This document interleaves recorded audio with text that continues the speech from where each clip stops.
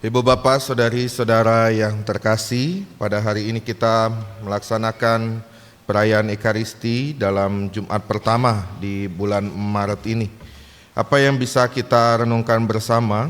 Pertama-tama saya ingin mencoba untuk memberikan sebuah gambaran kepada Anda semua. Saudari-saudara yang terkasih, dalam suatu kesempatan saya ke tempat ini untuk pertama kali, itu berarti sekitar mungkin tahun lalu atau 2 tahun yang lalu, saya terkejut bahwa saya pada akhirnya berjumpa dengan teman masa kecil saya, gitu ya. Jadi saya ingin mengatakan bahwa perjumpaan yang tidak sengaja itu menjadikan saya bisa akhirnya tahu lagi ini orang lagi ada di mana, gitu ya. Karena sebagai teman masa kecil itu dulu dia ibaratnya saya bisa katakan tiba-tiba menghilang. Lalu ketika saya jumpai, saya tanya namanya di sini, kan yang saya tahu namanya A lah misalnya gitu ya. Katakanlah Ambon gitu ya namanya gitu ya. Saya tahu dia orang Batak tapi kok dipanggilnya Ambon gitu ya. Maka boleh saya maju ke depan sini, Ambon ya. Saya tahu dia namanya Yohanes Christian Natal, sini maju. Nah, itu ya sini. Ya gitu ya. Ini adalah teman masa kecil saya, saudari-saudara yang terkasih. Kami itu aktif di gereja waktu itu sebagai pesilat THS THM waktu itu. Dan memang ahli pukul dia gitu ya. Maka dia pernah dapat emas ya?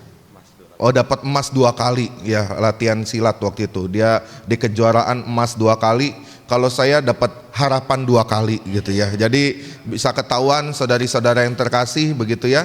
Dengan emasnya dia 2 kali itu, ya saya nggak mau nanya sih dia ngapain ada di sini gitu ya. Tetapi saudari-saudara yang terkasih, kalau saya tanya kepada Anda gitu ya, atau enggak tanya dulu deh kepada Ambon ini. Ambon, ini bisa dicopot gak ya? Ambon, kamu merasa dirimu ganteng atau tidak? Enggak, Romo. Enggak, pede aja nggak apa-apa, Tuhan mengasihimu gitu ya. Kamu merasa dirimu ganteng atau tidak? Ganteng, Romo. Ya, tepuk tangan dulu buat dia ya. Kalau saya tanya kepada ibu bapak, saudari-saudara yang terkasih, dia ganteng atau tidak? Jawab jujur aja. Tidak ya. Iya, itu jawabannya gitu ya. Baik, terima kasih, duduk dulu ya gitu ya. Ya, sekali-sekali saya roasting dia dulu lah gitu ya. Saudari-saudara yang terkasih, kalau misalnya sampai ada yang ngomong, ih Ambon ganteng banget gitu ya, Anda akan ngiri nggak? Kalau sampai ada kayak saya juga ngomong, wah teman saya ini pokoknya ganteng banget, gantengnya ganteng maksimal Pol gitu ya, Anda akan ngiri sama dia? Enggak, karena tahu dia enggak ganteng gitu ya. Karena dia jelek gitu ya. Ya udahlah.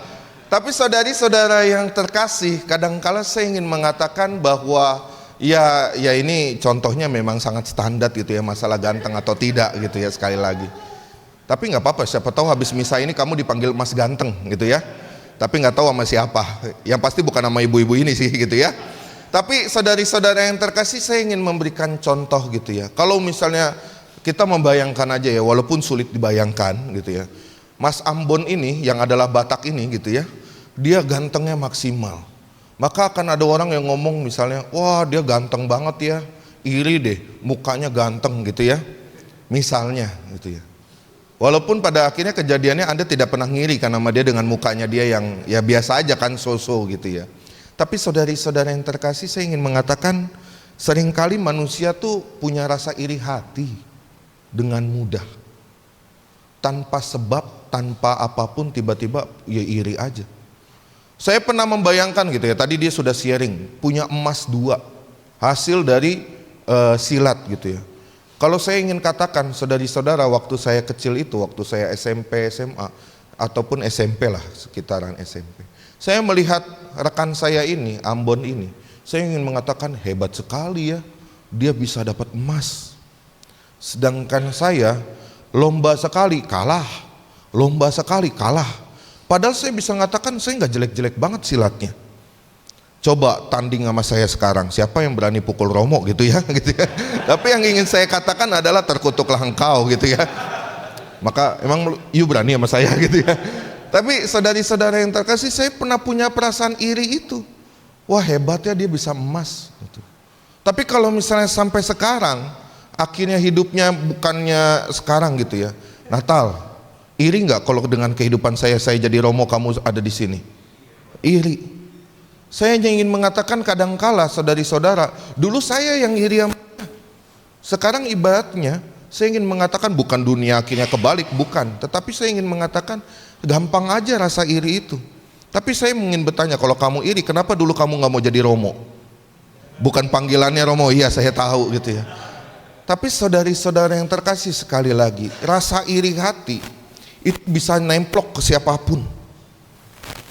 Anda bisa melihat misalnya satu orang ini kok misalnya rapi banget, atau satu orang ini kayaknya ada di sini yang disenengin sama petugasnya sama sekali. Kayaknya kok hidupnya bahagia banget dia, kalau saya sengsara misalnya begitu ya. Itu sama kayak hari ini. Kisah tentang Yusuf yang ingin saya katakan, saudari-saudara atau saudara-saudaranya itu pada iri dengan Yusuf karena apa? Merasa bapak ayahnya itu kok baik banget sama Yusuf. Padahal saya ingin katakan sama. Semua dikasihi oleh ayahnya sama. Nggak ada yang lebih. Tetapi seakan-akan semua orang mensituasikan atau mengkondisikan, kok dia punya lebih, saya enggak ya. Seakan-akan pada akhirnya saya nggak punya kelebihan, dia doang yang punya kelebihan. Enggak. Setiap orang di sini punya bakat dan talenta. Setiap orang yang ada di sini dikasihi oleh Tuhan. Tapi kalau kita pernah jatuh, pernah nggak? Pernah. Saudari-saudara yang terkasih, siapa yang rajin baca kitab suci di sini? Coba angkat tangan. Ada banyak. Sekarang saya tanya, silsilah Yesus dari anaknya Yakub, siapa yang dipilih dan pada akhirnya sampai pada Yesus? Ayo. Yehuda. Bukan si Yusuf yang ibaratnya tokoh utama di bacaan hari ini, tetapi yang diambil adalah Yehuda. Harusnya kan kalau saya berpikir, kalau Tuhan sangat mengasihi Yusuf, Israel ataupun Yakub sangat mengasihi Yusuf, kayaknya cocok deh yang menjadi keturunan dari Yesus itu pada akhirnya adalah Yusuf dong. Enggak. Allah ingin mengatakan Allah adil. Ternyata yang diambil adalah Yehuda.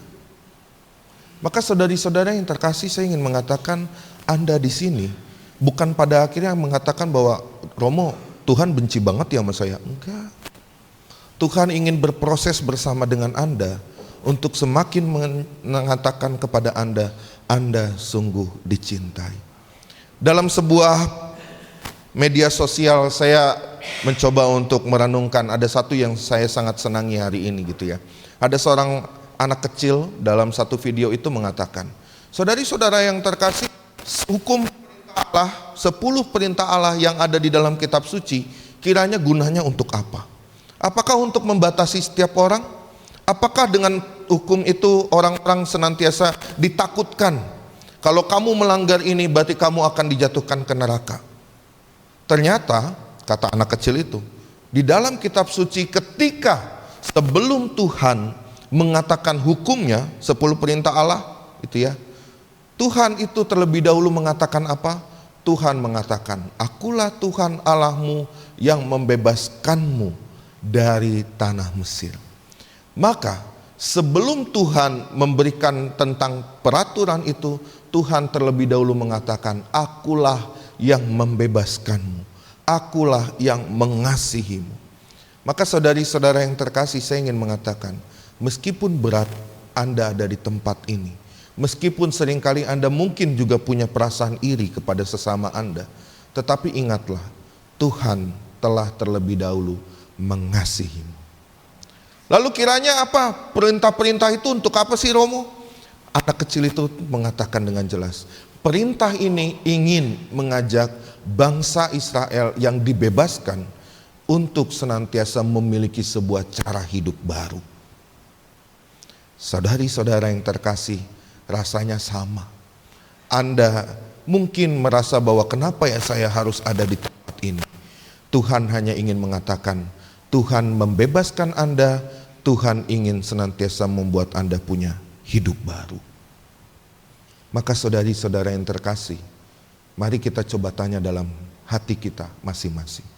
Sudah berubahkah saya menjadi pribadi yang baru, menjadi pribadi yang lebih baik? Maka saudari-saudara yang terkasih, silakan ditanyakan dalam hati dan diri Anda masing-masing. Tuhan, sudahkah aku menjadi pribadi yang lebih baik? Karena yakinlah, pertama-tama Tuhan telah mengasihimu. Karena apa? Seperti bacaan Injil, saudari-saudara yang terkasih, Tuhan sudah memberikan ladang dulu kok.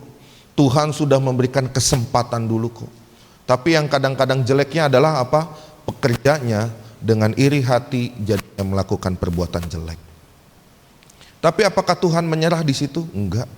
Tuhan tetap memberikan yang terbaik. Tuhan tetap memberikan yang terbaik. Maka saudari-saudara yang terkasih, kesempatan misa kita pada hari ini sebenarnya kesempatan untuk mengatakan, Tuhan mengasihimu, Tuhan mencintaimu.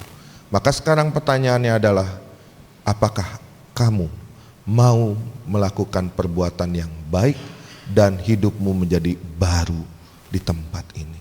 Nggak usah iri hati, setiap orang punya kesempatan yang baru, setiap orang punya kesempatan untuk menjadi lebih baik.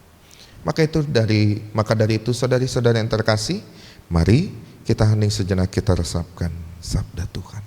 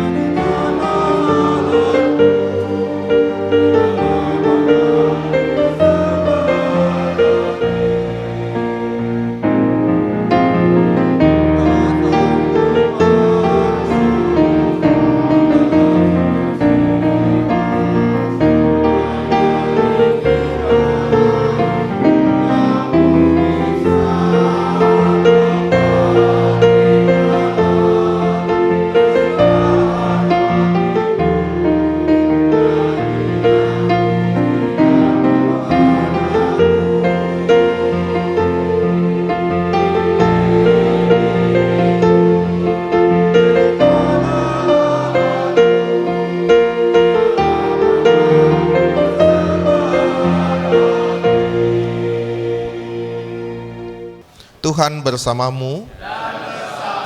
Semoga saudari-saudara sekalian, orang-orang yang kita doakan dan keluarga kita senantiasa dibimbing, dilindungi dan diberkati oleh Allah yang Maha Kuasa, Bapa, Putra dan Roh Kudus. Saudari-saudara yang terkasih, pergilah perayaan Ekaristi sudah selesai.